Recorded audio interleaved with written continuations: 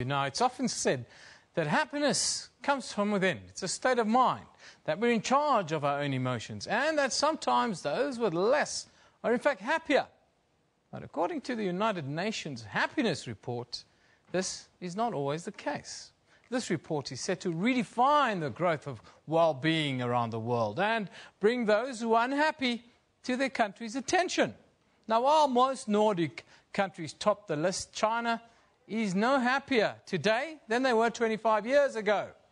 And Africa, with its population of around 1.2 billion people, is the unhappiest continent. Interesting. Now, to tell us a little bit more about this, from our Pretoria studios is the Communications Officer at the United Nations Information Centre, Zinat Abdul. A very good morning to you, Zinat, and thank you for being with us. Good morning, Eben. Thank you very much for having me. This is such an interesting report, and of course it's been released now for the last couple of years. Just give us the broad strokes about this report. I know you've been releasing it since 2012. What are the broad strokes of the latest reports? Firstly, I think for the African continent, and then maybe for South Africa.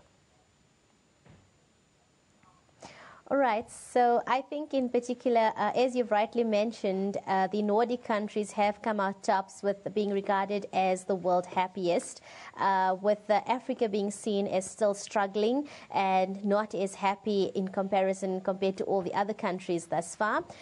China is no less happier than they were a few years ago as well. So I think those are some of the broad strokes that are coming out of the report, with the Nordic countries being the happiest, Africa still struggling, and the Americas actually seem to be less happier than what they once were. And those are just some of the findings thus far in a broad context. We've got a little graphic up on the screen with the greens and reds. Just talk us over that quickly and tell us quickly how do you measure happiness in this report? So with regards to the figure that you're seeing, or the image that you're seeing on the screen at the moment, the green countries, or the areas that are shaded in green, are the most happiest. And obviously the ones that are in red are seen as the least happiest, with many of those being in African countries. And this report was measured based on a number of issues. And one may think that these may sound very trivial in a way, but actually this is how happiness was measured in the report. And it was based on factors such as caring, freedom, generosity, honesty, health, income, and of course, most importantly, an issue that we talk about every day, and that's good governance. So, you know, if people are earning better, they seem to be happier. If there's a healthy life expectancy and access to better health care, if we have someone to count on in times of trouble, generosity, freedoms such as freedom of speech and so on, as well as trust, and of course the absence of corruption and in business and also in government. Let's talk about South Africa quickly before I come back and talk generally about the African continent. In South Africa, we've seen a rise, if one can call it that, in public aggression and anger.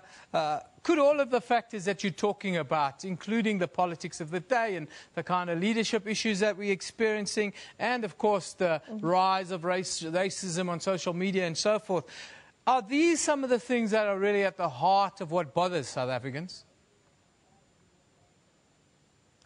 I think that would accurately define some of the factors that contribute to the anger and the unrest amongst the youth especially, and people in South Africa. And I think that also we need to look at the fact that South Africa, we come from a history of inequality, and it's going to take quite a bit of time for us to measure up or to reach the other levels of happiness as proposed by the Nordic countries.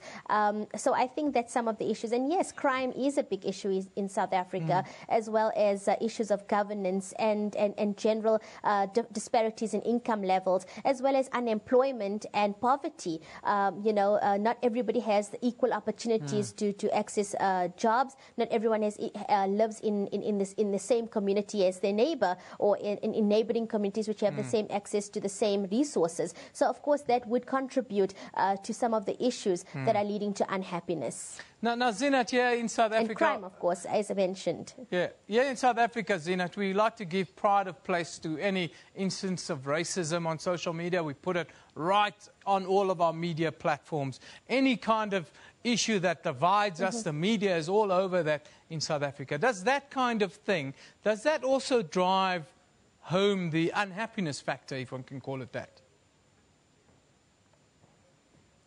Of course, racism would play a role because, I mean, the fact that we have negativity and hate towards other individuals, tends to rise up people from the same community.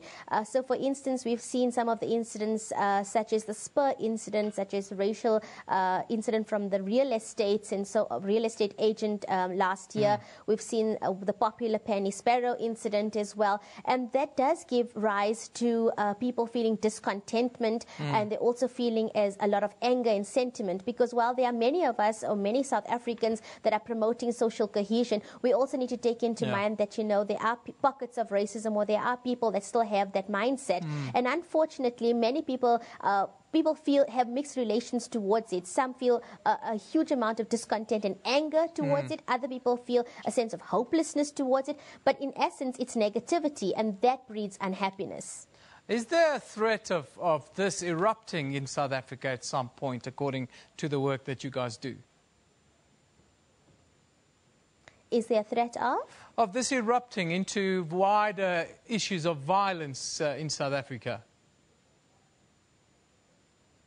Well, we hope not. We sincerely hope not. The UN has launched last year what is known as the Together campaign, and one of the aims of the campaign is to promote social cohesion and dialogue between people from different nationalities, and to promote understanding of the differences between the cultures and so on.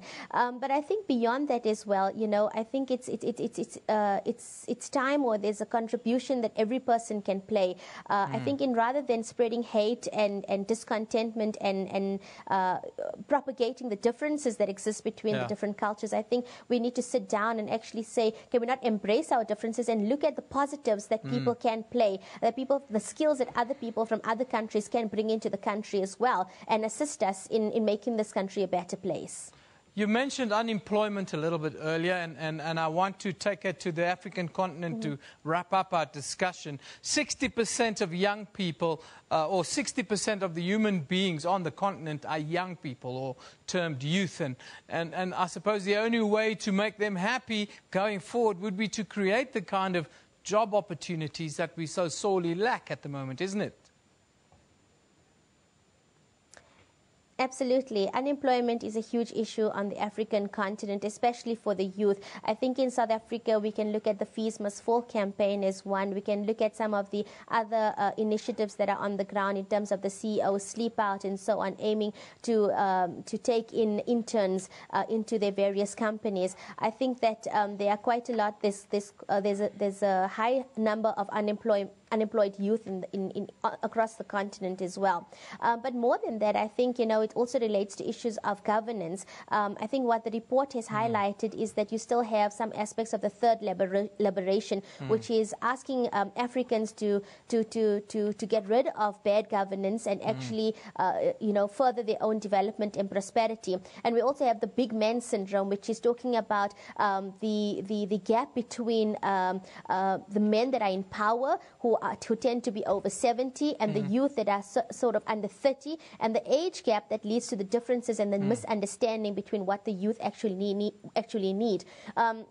So I think it all relates to issues of governance across the continent as well. And we've seen from the Arab Spring and the Arab uprisings of 2011, we've seen how youth are taking to the streets to actually protest for what they see as a better future for themselves.